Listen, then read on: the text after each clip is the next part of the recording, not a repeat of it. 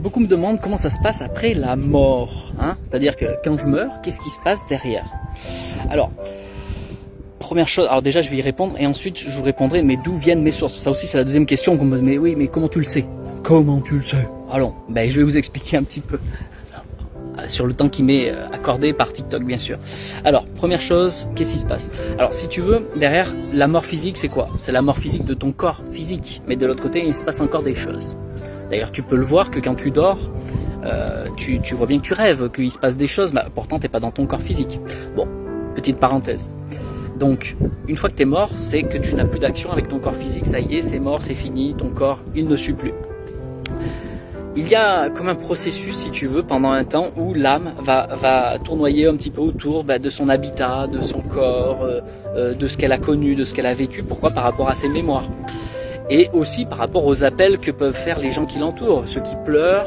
Peut-être que personne pleure pour toi, bon ça on verra, tu verras bien.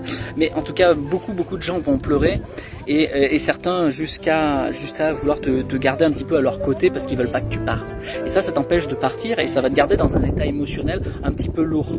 Donc ça veut pas dire que tu meurs, tu n'as plus d'émotion.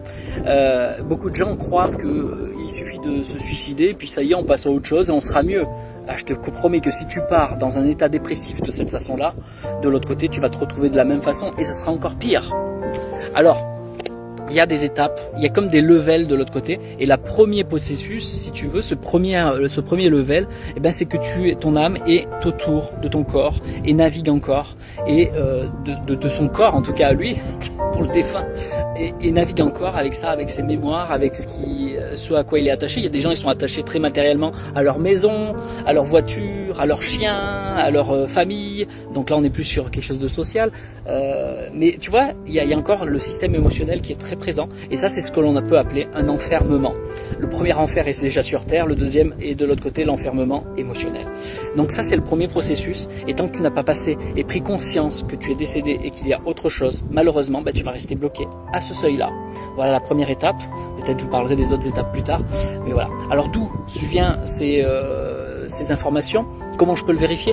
De plusieurs façons. Déjà, on peut le vérifier avec les exemples de médiums défunts. Je vous parle de vrais médiums qui ont vraiment ce canal ouvert, qui ont fait leur côté sérieux, tu vois. Ils ont démontré qu'ils le sont vraiment. Déjà, écoute, tu verras que les défunts, ils ont encore des émotions, il se passe des choses, tu vois. Donc, tu as des exemples d'ailleurs sur ce compte Facebook, TikTok. N'hésite pas à t'abonner, bien sûr. Et puis derrière, moi je le vois en permanence aussi sur tout l'enseignement karma et numérologie, karma et réincarnation que je vérifie en permanence avec vous les gens. Quand je regarde vos dates de naissance, on voit les processus.